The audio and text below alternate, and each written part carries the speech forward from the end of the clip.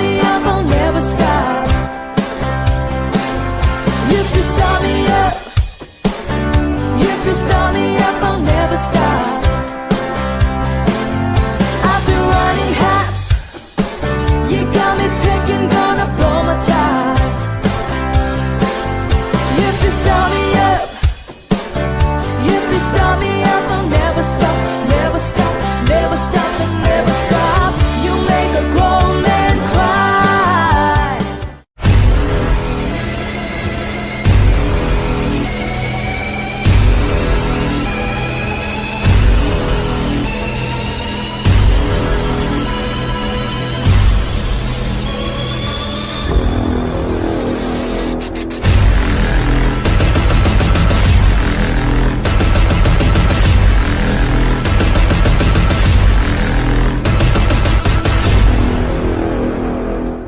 Donnell Bennett is the featured back. Anders, the fullback.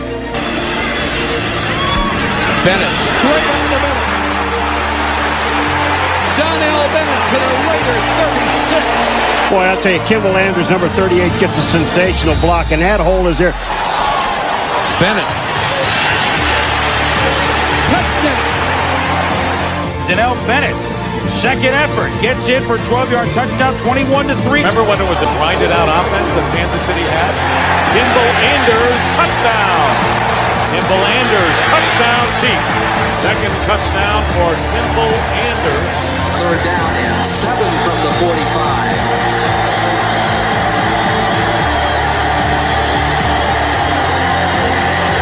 Straight drop by Gerback, flips it out to Anders. Can he get the first down? Yes, and a lot more inside the 40. He's got one man to beat, veers across the right side, and Kimball Anders stretches for the touchdown. 55 yards.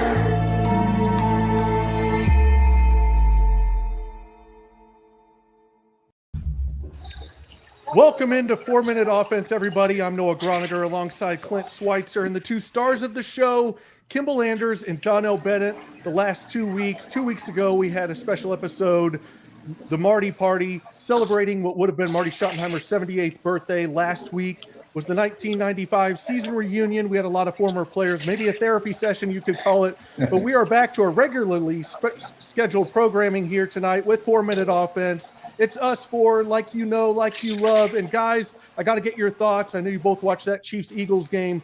I got to get your thoughts, kind of what stood out to you, what you saw in that. Donnell, we'll start with you. What did you see in the Chiefs-Eagles game? Hey, man, we were able to run the ball and do some good things on the ground, and that enabled the quick passing game to be viable, and we got a big win out of it.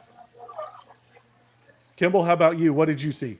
Pretty much the same thing, but at this point, I've seen them. They spreading the ball a little bit more. A lot of people getting their hands on the ball, which is good. Again, as we were talking a little bit earlier, I think as a running back position, I like to get the little man at least the ball 15, 20 times a game to get him in a good groove. And you could tell the way he run the ball that he's able to do it. So I like to see him with the ball a little bit more. But other than that, that's the Chiefs offense. They pass oriented first, and they're going to throw the ball around, and did a very good job of doing it. And then at the end of the day, whoever scored the most points wins. So it seemed like we're playing a balance of keeping our defense off the field and keeping the offense on the field. So like I said, at the end of the day, whoever got the most points, that's all that matters.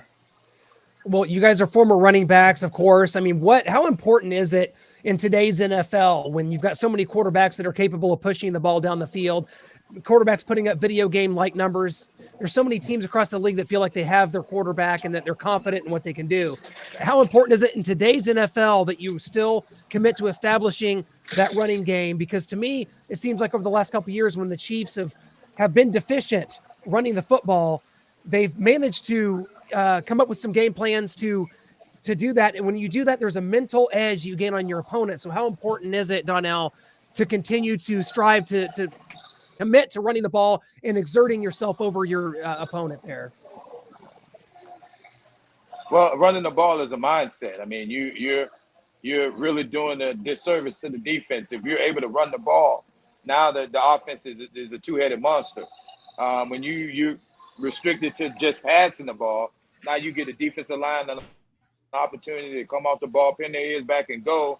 And those defensive backs a chance to sit back and play zone and read his eyes and break on the ball and all that stuff. But, you know, that running the ball also sets the attitude of the game. And when you get somebody pounding it, you know, even if it's not a big back anymore, and the short passing game is an extension of the run game. And that stuff over time becomes damaging to a defensive psyche. Yeah, and Kimball, a lot of defenses are playing the Chiefs with this shell coverage over the top, the two safeties deep. What are they doing, and what have you seen the offensive line doing that is allowing them to be able to run the football? Well, first of all, like they say, that running the football is about an attitude. I think I lost you guys, though. Can y'all see me? Yeah, we can see you and hear you. Running the football is about establishing attitude. And again, you know, you can do some clock management as well. So for the Chiefs to be able to run the ball a little more and try to balance out the offense, I think it's a great game plan. And again, as a running back too, you want to be able to get the ball in the running back hand as much as possible to keep everybody off balance as well. And it gives, like I say, what Donnell said a little earlier, it gives more opportunities. Now you just can't stop one thing because the Chiefs gonna pass the ball with no doubt about it. But again, if they keep working in that running game like that and getting little man the ball, you know, 15, 20 times a game, I think that'd be a great asset for them. You guys did not get off to a lot of slow starts during your time in Kansas City, especially earlier in your career, Donnell. 4-0, 3-0, a lot of that. When you start 1-2, like the Chiefs did, what's the mindset there, especially a team with so much expectations that's been to 2 straight Super Bowls and you start 1-2? Is there a mentality to start kind of doubting what's going on? I mean, is it just such a long season that you're able to rebound and kind of stay the course? I don't see it. Yeah. Marty used to say it all the time, one game at a time. You know, the only thing you can control is what you do next. And, you know, that's the mindset that you got to have. You got to watch film and to thine own self be true. Be very critical of yourself individually and find out exactly where your people will have that type of mindset and go and work that way. It takes off and it takes a mind of its own and it carries on throughout the locker room. Yeah, and we've seen more interceptions out of Mahomes recently because I think the defenses are playing for the pass. The Chiefs didn't run the ball well in the first 2 weeks. They have these last 2 weeks. How important is it for the run game to really get established? And I know the Chargers and Eagles aren't great in run defense, but even against these better run defenses, to at least keep doing it, to make them respected and honor the run so that maybe that can open things up for Patrick Mahomes and he doesn't feel like he has to force the ball into these coverages where it's getting picked off as of late. Yeah, and that even makes it better because that's what you're trying to do. You're trying to balance everything off. And like I say, running the football open up a lot more of those for the quarterback as well.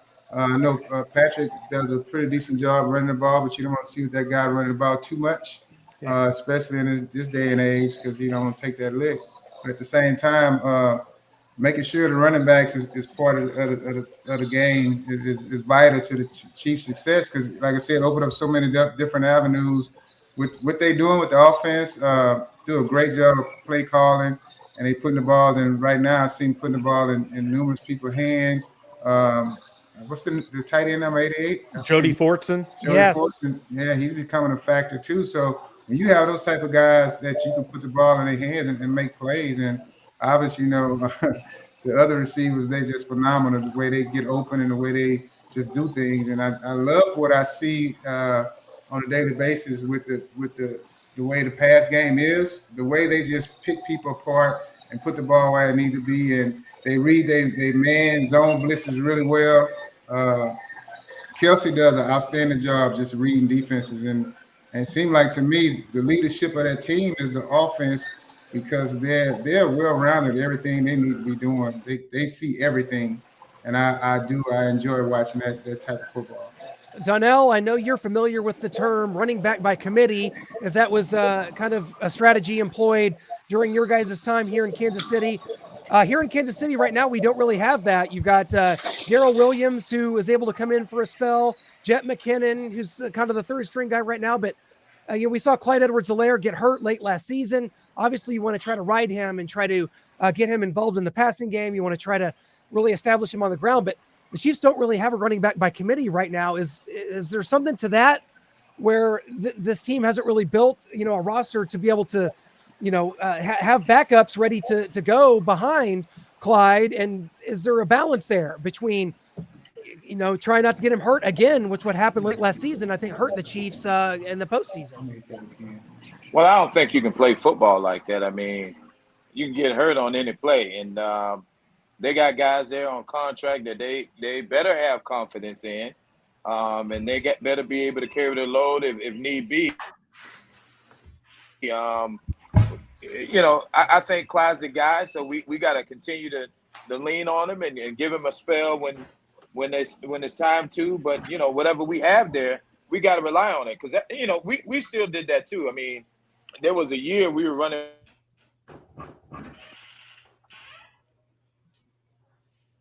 Yeah, hear me? Like whoever gets hot, they're gonna feed that guy. Then when he gets tired, they'll bring the other guy in. But even though we were running back by committee, it wasn't, the carries weren't always 10, 10, 10, 10. Like if somebody got hot, they had a couple more opportunities than the other person. And then, if they got tired, we go in. And it's pretty much the same thing now. So they just got to, keep relying on each other, keep pushing each other in practice and making sure they're taking care of their bodies, and they'll be fine. They'll be able to carry us to the Super Bowl, I think. Well, those are strong words right there, Donnell. We all hope so, that they can carry us to a Super Bowl. Kimball, I wanted to get your thoughts on a receiver that the Chiefs brought in last week. Josh Gordon comes. He's been suspended 6 times for substance abuse. He's 6'3", 230 pounds. He's a physical specimen. He has been out of the game for almost 2 years. We saw him put up prolific numbers back in his time with Cleveland. We know what he has the potential to do. He's 30 years old now. He's in great shape, but what is the difference between being in great shape and then being in football shape? And with him only having been here a week, do you think he's ready to go Sunday night against Buffalo because he's been activated to the active roster? Yeah, well, I think he's going to be ready to play. Just a matter of what he do. Can y'all hear me? Yeah, we got you. Yeah, okay. I think he's going to be ready to play, but it's a matter of what he's able to do. Being out of football for two years is really tough. So he's going to have to make some adjustments and everything, and let his talent take care of itself. He's a great talent, and I think he can bring something to the table. So it's going to be further down the line when he get in a groove with the Chiefs, and then you'll be able to help him out at some point.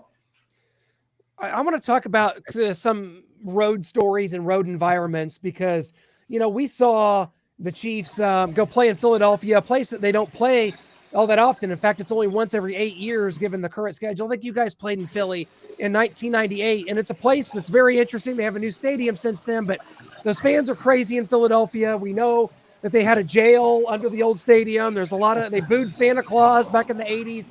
What, just kind of between both of you guys, like starting with you, Donnell, like some crazy road environments. We know places like Denver and Oakland would be crazy back in the day, but what are some road stories or road places that you guys like to play or didn't like to play, things like that? Well, I tell you what, playing out there in Oakland, that was a tough environment. The fans are right there on you. They're throwing batteries, throwing stuff out of the stands, trying to spit on you if you get too close after scoring a touchdown. They're pretty tough. But, Denver's tough, especially when it's cold. Buffalo's another tough place to play when it gets cold. And, not too many people want to be down in South Florida when it's, September and August. Yeah. Kimball, what about you? What are some road environments that you remember that kind of really stood out to you, or some experiences that you had on the road that stood out? Well, for sure, the Raiders tough. Raiders was probably one of the toughest places to play in, especially the old Coliseum. And I do have a recall of playing in Philadelphia. And, like to say, they boo everybody. So they boo their own team. They've done a lot. I mean, I know when McNabb was there, he had a rough time there. So, but those were traditional stadiums. Yeah. So it was fun. It was definitely fun to play it because, you had people that love to hate you. And that's just a part of the game. And be honest with you, as a player, once you know they don't like you, you probably play a little bit harder. We had the attitude that, hey, we're gonna show them what we're gonna do, and we're gonna walk out with a victory. So it gave you some sense of energy as well. Yeah, and speaking of those great environments, we're going to have one Sunday night at Arrowhead with Buffalo coming in. The Chiefs really need this one. Everyone in the AFC West is 3-1. The Chiefs are 2-2. So the Chiefs need to win this game to kind of keep pace with everybody in the AFC West. They lost the game to the Chargers. What do you guys see in this big rivalry here that's forming between Josh Allen and his Buffalo Bills and Patrick Mahomes and his Kansas City Chiefs? Donnell, we'll start with you. A big game that the Chiefs really needs come Sunday night. Well, yeah, it's another one. Marty used to say you got to win the close ones, and you got to find a way to win the ones that you're not supposed to win. And I don't know what the line is on the game, but Chiefs I'm minus assuming 3. that it's going to be because they're playing a little better. Oh, so with them being in a position, with them being in a position that they move up the chart in the division, I think that's going to be even more explosion on the game, man. And not so much the quarterbacks. I think defensively is going to be a big task for the Chiefs to really show that they've grown from them earlier games and are able to make some adjustments and do things the right way. And offensively, I think they're just going to do what they've been doing and put themselves in a position to put a lot of points on the scoreboard and running that ball and take some time off the clock and hopefully keep Buffalo's quarterback off the field. Yeah, that's going to be the key because Buffalo can score points as well. And they got a great offense and the quarterbacks, running backs, and their defense actually right now, they're playing better football than Kansas City Chiefs defense. They've kind of doing some things up front with Ed Oliver, the linebackers. They got some DBs that come up and just ball hogs. So it's gonna be a tough game. It's one of those games you want to be part of, though. And at the end of the day, whoever come out victorious, it makes some good sense. Guys, the Bills are kind of at a point they haven't been in since the early 90s, since you guys played. I mean, the way that they're kind of exploding onto the scene now. I mean, is there, when you guys, Kimball, for you especially, you guys went to Buffalo in 94 in that playoff game, and they were the team to beat at that point. Now the Chiefs are kind of that team to beat. Buffalo hasn't been able to break down that barrier. Is there something to going into their stadium for you guys and maybe what Buffalo will be feeling Sunday night, which is, we haven't done it yet. We've got to prove it. And, maybe that was something that was hard for you guys to get past back in 1994. Yeah, each week you always got to prove yourself. And that's one thing, that's the beauty about the game. That's what I love about the country. It's very competitive regardless of what everybody think and say, but until you line up and go on the field and play the game, you got to play the game. And whatever happens. You always leave your best on the field, but there's only one winner. There's only one champion. Yeah, and talk a little bit about kind of the Chiefs' defense here in this Bills game. I mean, a lot of people are talking about Chris Jones, the defensive end, and how that experiment isn't really working. They want to move him back inside to defensive tackle, but then we didn't go out and sign a defensive end in the offseason, so we're a little short on defensive ends. Who do you put at that spot? Mike Dana had 2 sacks against the Eagles. Frank Clark should be coming back from injury. Willie Gay, our linebacker, should be coming back from injury, as well as Charvarius Ward, Rashad Fenton. So we're going to get some help coming in. But what do you think specifically about the defense against this Buffalo Bills offense and Chris Jones moving back to his original spot at defensive tackle? Kimball? They just got to keep getting better. Each week going to be a challenge for them. Each week you can see different improvements in different areas, particularly right now, like up front. And I said this last week watching Chris Jones. He's not a natural defensive end, but he's a natural defensive tackle that's quick and fast. He's getting around the edge. He wasn't an edge player. He wasn't that good doing on the edge. But, they tried it and it didn't work out. So I'm glad they put him back where he's supposed to be. And hopefully we get better played our defensive backs. Our defensive backs are just kind of struggling right now for whatever reason. Looked like to me last week I seen maybe 3 or 4 potential busted plays. Guys left the field wide in the middle, field wide open, and people just running free. So they just got to tighten up. And each week the game get different, and players should get better and learn from their mistakes That's one of the things we always did. The things we did the week before, we didn't go out and make the same mistake the following week. Yeah, and it kind of goes hand in hand. If you're not getting the pass rush, that hurts your secondary. So, well, Donnell, you alluded to the fact that, you maybe still believe in the Chiefs as that Super Bowl team out of the AFC, but looking at the Bills and what they're doing, who else right now is really exciting you? The Bills have won 3 in a row and they've shut out 2 teams in that time. I mean, the Browns have come back and won 3 straight after losing to the Chiefs. The Chargers are looking real good right now. Is there another team? Who do you think's the biggest threat to the Chiefs right now in the AFC? Man, the East is tough, man. The AFC is tough, man. The Ravens are playing good football, like you said. Buffalo's playing good football. Cleveland, they had a couple struggles the last couple of weeks, but they've shown they can play great football, and it's just going to be who's going to be peaking at the right moment, I think. I mean, defensively, who's going to be healthy, offensively, who's going to be able to run the ball the best. I think it's going to come down to that, because the quarterbacks are all going to be able to do what they do. You put them on the table, and talent-wise, it may not be the same, but they're all going to come out and give you what they need to give you offensively. It's going to come down to who's going to be able to be healthy on defense and play the best defense and run the ball. yeah, and then we've got a comment coming in here. DB, how's it going? Looks like you could still play, my friend. What do you think? You get in that backfield. We can have that running back by committee come back. Listen, bro, if these people hit me one time. You gonna call the police. Oh, my goodness, bro. Probably the next day when I get up. And we have another question in here from Rick Campbell. He says, think we'll trade for any defensive help, either pass rusher, which we mentioned, or a corner. Do you think the Chiefs, they're that desperate yet, only 4 weeks into the season, to start looking for some defensive help on that side of the ball? Kimball? I would hope so. I think it's some people out there that can get, a hold to that can help them on the defense side of the ball. If something come available, I would say they have to take a shot at it and try to get somebody in that can be a game changer, whether it's a defensive lineman,